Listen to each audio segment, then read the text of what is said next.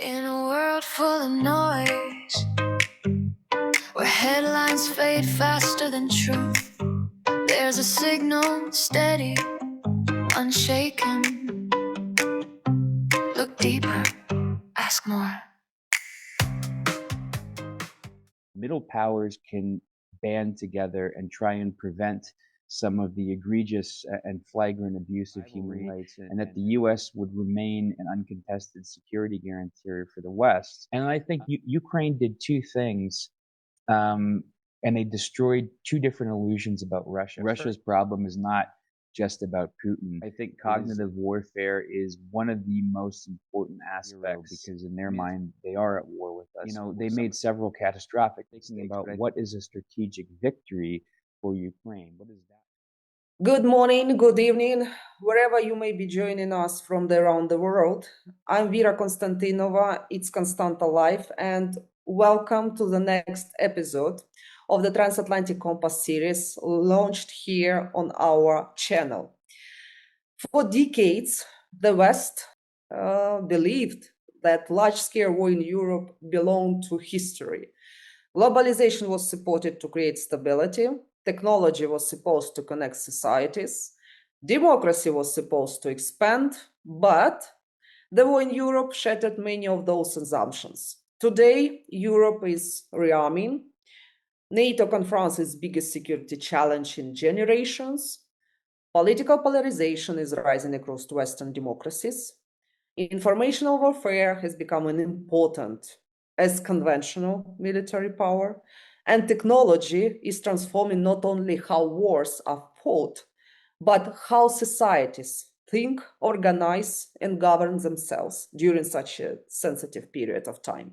So, what kind of world we are entering? Are Western democracies prepared for prolonged geopolitical instability?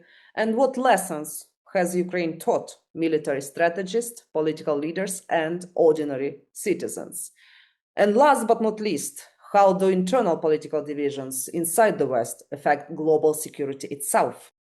Our guest today, I would say my great friend, Mr. Louis Wierenga, a lecturer in international relations at the Baltic Defence College, political analyst, and a person who knows pretty well about NATO. And his work focuses on European and Baltic security, US foreign policy, informational warfare, and the changing global security environment. So, we will discuss the lessons of Ukraine. We will discuss the future of NATO. We will discuss about political polarization, maybe, and the emerging global order. Louis, welcome to Konstanta Life Expert Talks. Vera, thank you so much. It's really great to be here with you. I'm really happy that we can continue our collaboration, but I'm especially thrilled that you've started your own podcast series on YouTube, and I'm incredibly honored to be here with you today. Thank you, Louis. Thank you for doing such a podcast for us and with us. So let's move forward with the first question. I think it would be, it would be vast, but from other side, I guess it's very important. We are entering the most unstable geopolitical era since the Cold War. Has the war against Ukraine permanently changed Europe? And maybe you can say a couple of words. What do the Baltic states understand about Russia and security that much of Western Europe still misunderstands? Yeah, it's a great question, and I think there are two ways to approach this. One is definitely very contemporary, and the other one is more historical and IR international relations theory laced. But I think it goes down to what Canadian Prime Minister Mark Carney discussed in Davos, that there's a rupture, and that's how I see what's happening. And I think a lot of it, it'll be up to the future historians to pinpoint, and maybe they'll probably disagree, the exact date, the exact issue which has been happening. And some of the stuff that we'll discuss is pre-2022, but I think that in my perspective, if we look at Russia's full-scale invasion of Ukraine in 2022, that's when everyone throughout the world, they saw the scale and the brutality of this. Um, and of course, most people are aware, I should certainly hope, about the first invasion in 2014, but it's everything prior to 2014, Georgia in 2008, Russia's phase zero operations in Ukraine, in the United States, in Europe, and then all built up to this point. But then that was crossing the Rubicon, and that brought the world, I think, into another chapter. And that goes back to international relations. And I think with the peace dividends and the post 1991 world order, that was a very short time. It was a decade between, the fall of the Berlin, or the end of the Soviet Union, and 9/11, and then there was the global war on terror, the financial collapse, and then the rise of social media as we know it now. I'm not even getting into large language models, just social media, where misinformation, disinformation, and polarization played out socioculturally and politically. And then that, of course, impacted domestic politics, which then the world saw, especially in the case of the United States, that actually domestic issues can have some very serious impact on foreign policy.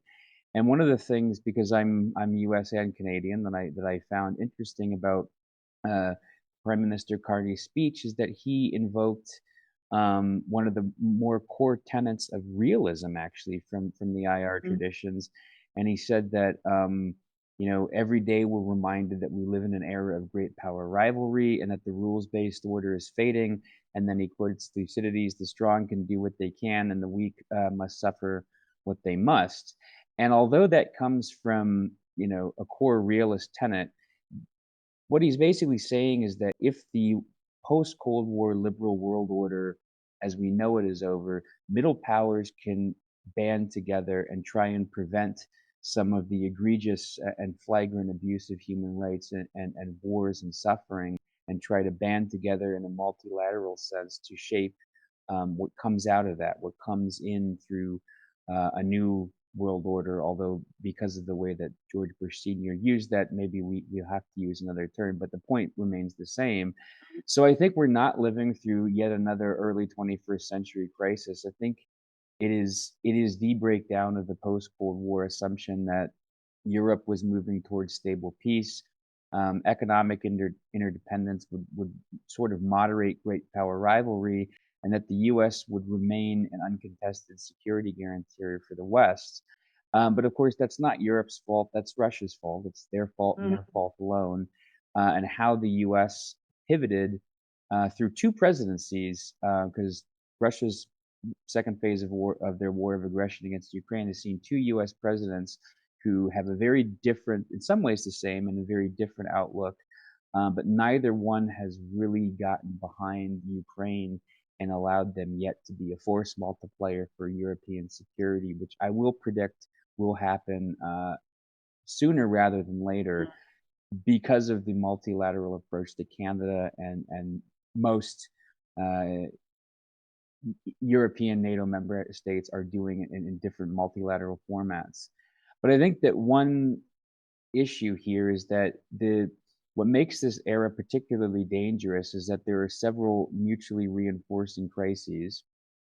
And I think that it's also a bit tricky because of the rise of AI. I mean, fairly in the very, very near future, we'll have artificial intelligence capable drone strikes that can, target utilize a targeted assassination. And then the other thing is that the Cold War was certainly dangerous. I mean, Americans remember that differently than people in the Baltic region where I now live, of course. But um, although a lot of people were afraid of mutually assured destruction through the potential deployment of nuclear weapons, it didn't happen because the Cold War, although dangerous, was structured. I think today's environment is much more fragmented. And when Prime Minister Carney talks about this rupture, he mentioned great powers. Usually those are seen as the United States and China. I would not say that Russia is a great power. They are a nuclear armed bully who is trying to be a regional power. And then, of course, there's the question of India. How will India play out? Because they do have a lot of capabilities here. You asked about Ukraine. I think that absolutely Russia's war of aggression against Ukraine permanently changed Europe for the foreseeable future.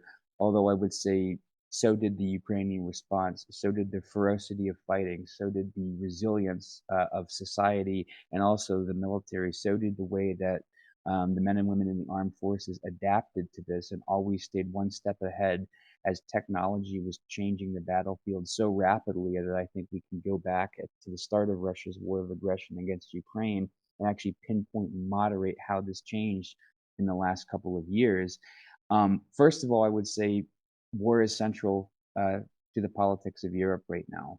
And it likely will be because I just don't see any way that the power structure in Moscow is going to change even when Vladimir Putin is leaving.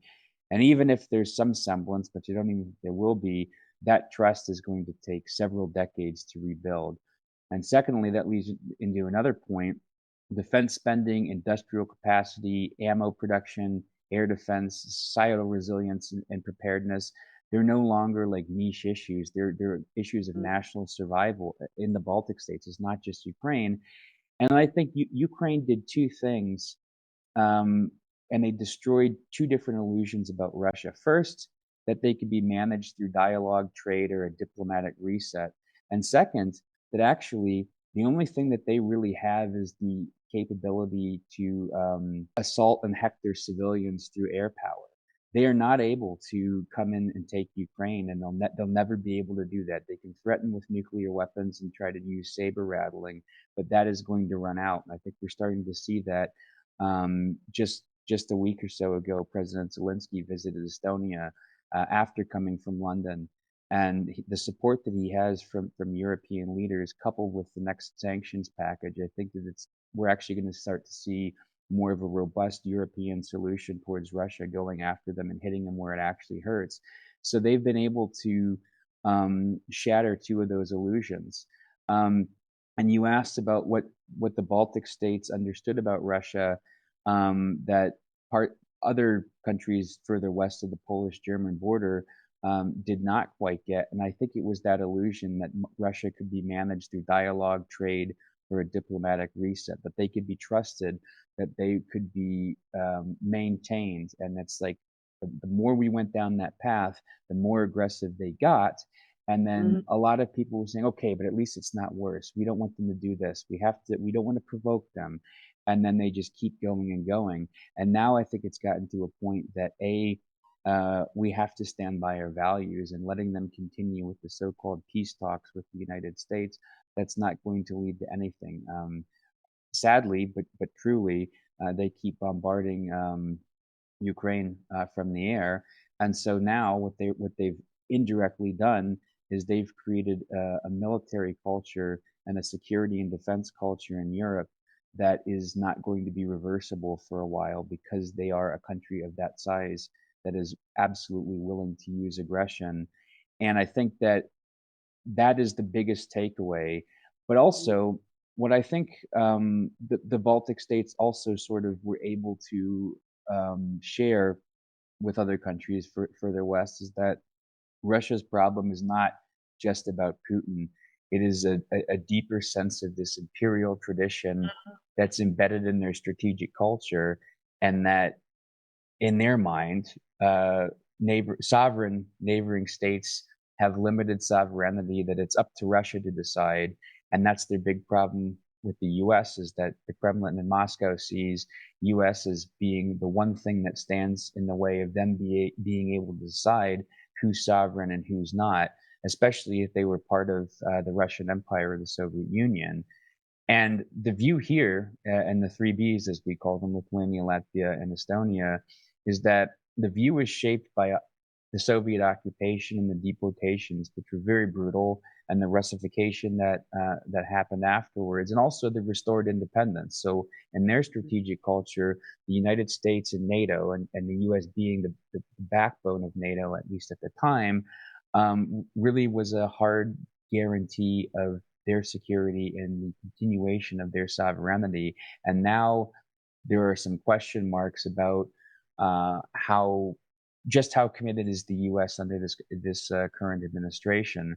And so my closing thing is that I would say that the living experience of people in the Baltic states uh, was not so listened to, because I think either there was this idea of, hey, the Russians aren't going to do it again, or maybe they might want to, but we can try and engage with them and bring them in into our system. And for a while, I think the window of opportunity may or may not have been there, but there was a certain point of time, well before 2014, where it clearly was not. And so I think a lot of the misunderstanding in Western Europe, at least, is confusing Russian weakness with moderation. And there was a period of time after the collapse of the Soviet Union, and that was, of course, during the Yeltsin years before Vladimir Putin. But still, if you look at towards the beginning of his tenure, there could have been that miscalculation. And second, economic interdependence restraining Moscow. And third, I think there was a lot of underestimation of how seriously Russia takes spheres of influence. And I think the several U.S. administrations have seen Russia as a pain in the neck, not an existential threat to the transatlantic community. I don't think anybody can argue that anymore, although unfortunately some people do. Either they don't want it to be true, or they have a severe misunderstanding of Russia and geopolitics. Louis, thank you for such a comprehensive answer, because I listen carefully to what you are saying. And other questions in my mind right now is about the NATO, not only in terms of weaknesses, because according to my understanding, the alliance is still a value despite some kind of consequences and circumstances. And of course, we are all witnessing the transformation of the position of the alliance of particular political leaders. But has Russia war exposed weaknesses inside NATO that policymakers previously ignored? And of course, the key question, including in terms of Ukrainian understanding, is NATO strong today or more vulnerable? I really love the question, and I love talking about this, because I feel that in our field, there are certain people that would argue that, oh, things are very bad. Not everyone. Some people always like to point out, but I would say that I try to be realistic, not optimistic or pessimistic. I think NATO is absolutely stronger politically, and I think that because of Vladimir Putin, I mean, he did the one thing that ironically he didn't want to do, is we have a bigger alliance now. Finland and Sweden were like, yep. And he proved to the world why people want to join NATO. He proved why that the first thing that the Baltic states, that Poland did, was say, when they gained independence, join NATO. Why? Because that prevents the type of aggression that he's committing against Ukraine, and that is why our alliance is so very valuable. So politically, we're stronger. I would even say that Finland and Sweden joining NATO was a strategic defeat for Russia, actually. Defense spending has increased substantially. Now, the current U.S. president has been pushing for that, and he'll take probably a lot of credit for that. That has been a discussion that has spanned previous administrations. President Trump just said it the loudest and was the most forceful about that. But not to give all the credit there. I think war on European soil, and a very dark and destructive war, also had a lot to do with it, because the big question is who's next and when. So defense spending has gone up substantially. NATO is now speaking way more seriously about forward defense readiness and industrial capacity. And more than half of the member states now are spending over the 2%. NATO is exposed, but I don't think that they're weak, because the war of aggression against Ukraine, it started revealing some capability gaps in ammunition and air defense and long-range fires and mobility and electronic warfare and drone defense. Well, drone defense is arguably one of the first things that has been course corrected, but also just in general industrial surge capacity.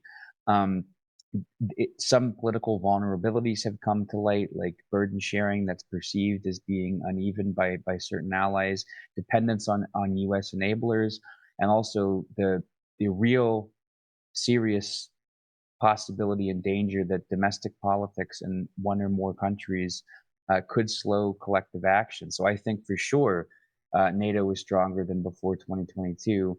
And I think that it will be very soon strong enough for the world that is emerging. We always talk about lack of time. Well, there's always a lack of time, and there's always more that we can be doing. But I personally have been impressed by how quickly the alliance has been moving. And sometimes it's not the alliance as NATO, but you have things like the JEF or the Nordic Baltic 8. So you have multilateral formats with allied countries, and also with Ukraine, because Ukraine, Canada being a NATO member, of course, but not in Europe, they're going to be more involved as of this year with the JEF. And the Nordic Baltic 8 has been very, very supportive of Ukraine and has a very good relationship with Ukraine. So I think these are the types of things that allow for a quicker response time than the political process. And of course, if you have 32 members in a consensus-based alliance, there are going to be disagreements. And I think sometimes certain people overreact to those. But I think if we step back and say, well, if you have 32 countries getting consensus, it actually seems like it should be very, very hard, but we've done it. I mean, we've done it several times, and almost everybody is on board for almost everything. And then the last thing about the United States, I think this needs to be managed particularly well, because if you look at how NATO was started, the US wasn't supposed to be forever the way that they were. They were supposed to scale back, and there was supposed to be an evening of the scales once Europe was ready economically to really be prepared for the world that was. But of course, there were signs, and you asked about listening to the Baltic states, listening to Poland, listening to Ukraine, listening to Finland, which joined relatively late. A lot of the strategic foresight did not prepare for the rise of great power competition. They really looked at non-state actors, terrorist groups. Certain countries were focusing on climate change and the like, and most people, but not all, but most people in the alliance lived a fairly decent life compared to other parts of the world. So I think the further removed you are from the eastern flank or Ukraine, the idea of something like this happening again just wasn't compatible for the baby boomer generation, for Gen X, and for the older millennials. And now all of a sudden, that's the world that we live in. So I think that I would say a positive spin on that would be how quickly allies have reacted to a new, very dangerous and very uncertain situation. I remembered when people before the Great War, talked to me and expressed concerns about the survival of Ukraine during 72 hours or Kiev for 3 days.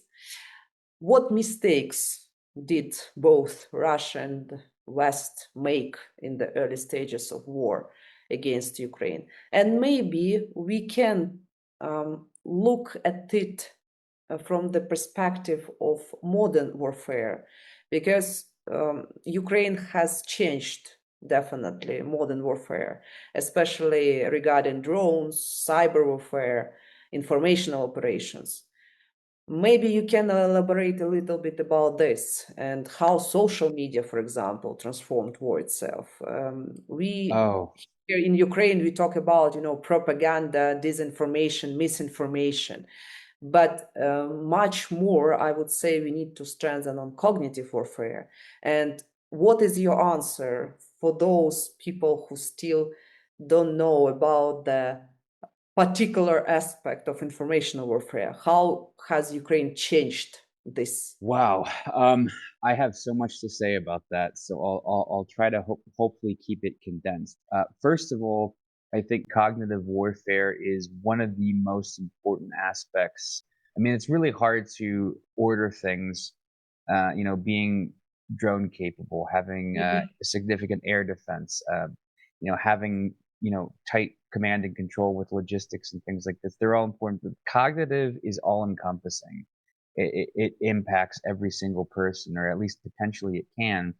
And I like to use the term phase zero operations instead of hybrid warfare because of why the Russians are using it. Because if you look at their doctrine, um, of course they can call it a special military operation if they want to, but that's a war of aggression against Ukraine, and that's obvious to anybody who has social media or a TV or reads the news. But what they do towards other countries in Europe, in the United States, I think that that's phase zero, because in their mind, they are at war with us for some of the reasons that I alluded to before, but I didn't elaborate on that. So that right there, misinformation, disinformation, propaganda, I call it phase zero, which is Yeah. commonly understood as it's nonlinear or hybrid attacks.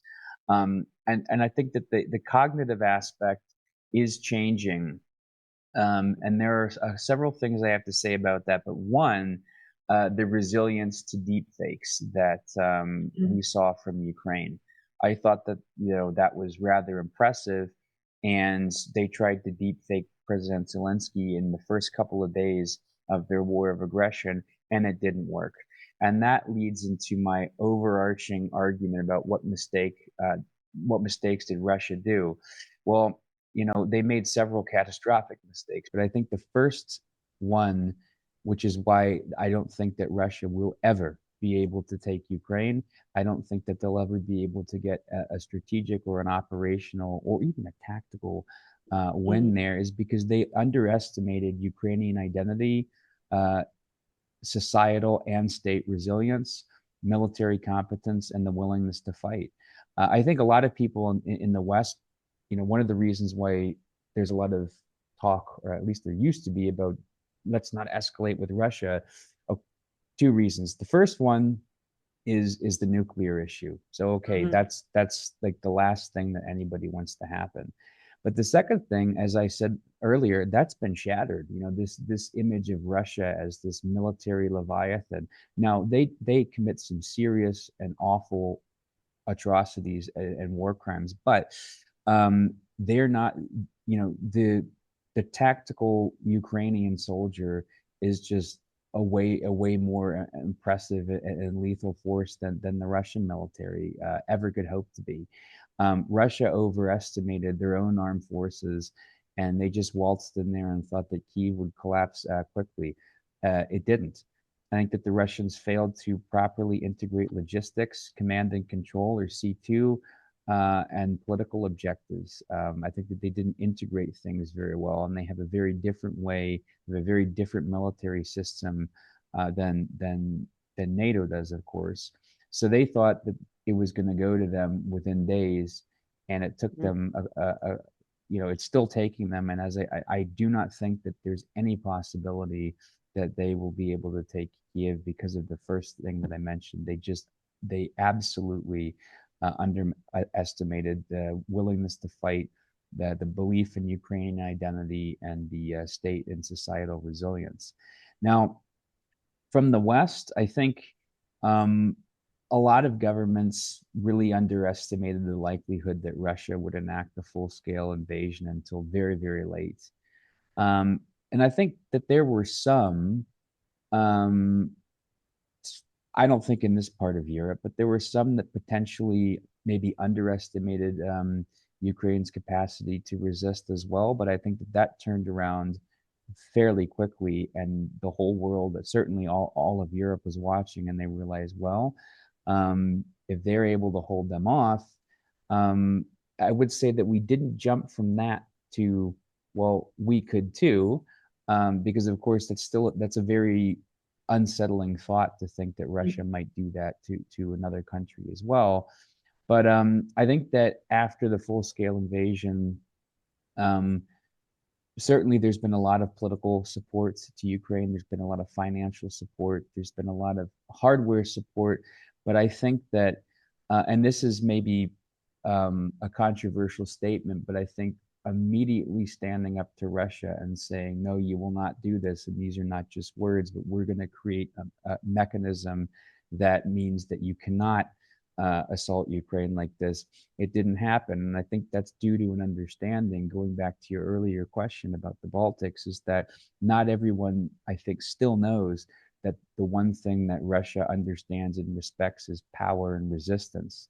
That unless it's an actual punch in the nose, they're just going to laugh and continue to do things. So I think that that was not realized until way late, or even if at all. And there's too much of fear of escalation. So if you allow something to go on, then it's clearly not a red line for the Russians. So, and I think also, you know, there should have been a political understanding, including with President Zelensky. I mean, I think Ukraine should definitely be a part of the rest of Europe and the US, thinking about what is a strategic victory for Ukraine? What does that look like? You know, if it's just getting Russian troops to leave and stopping the air assaults, that's good. But how do we get away that they're not going to even think twice about coming back? And I know that that's, you know, easier said than done. That's a very tricky political question for a nuclear armed state that's willing to commit such aggression. But I think the first couple of days, that was the most important time to act in such a way. So then here we are now, and coming out of it, Ukraine has the best military in Europe now. They're going to be a force multiplier to NATO, and I don't think that there's anybody who can be very honest and deny that. Ask more. Listen closer.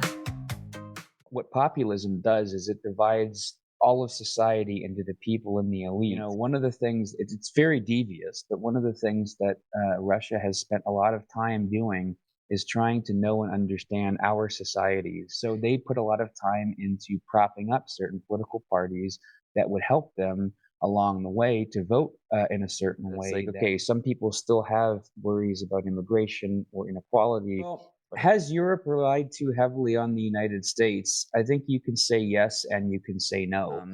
European countries came together and said, the US wants us to do more. Okay, we're going to do more.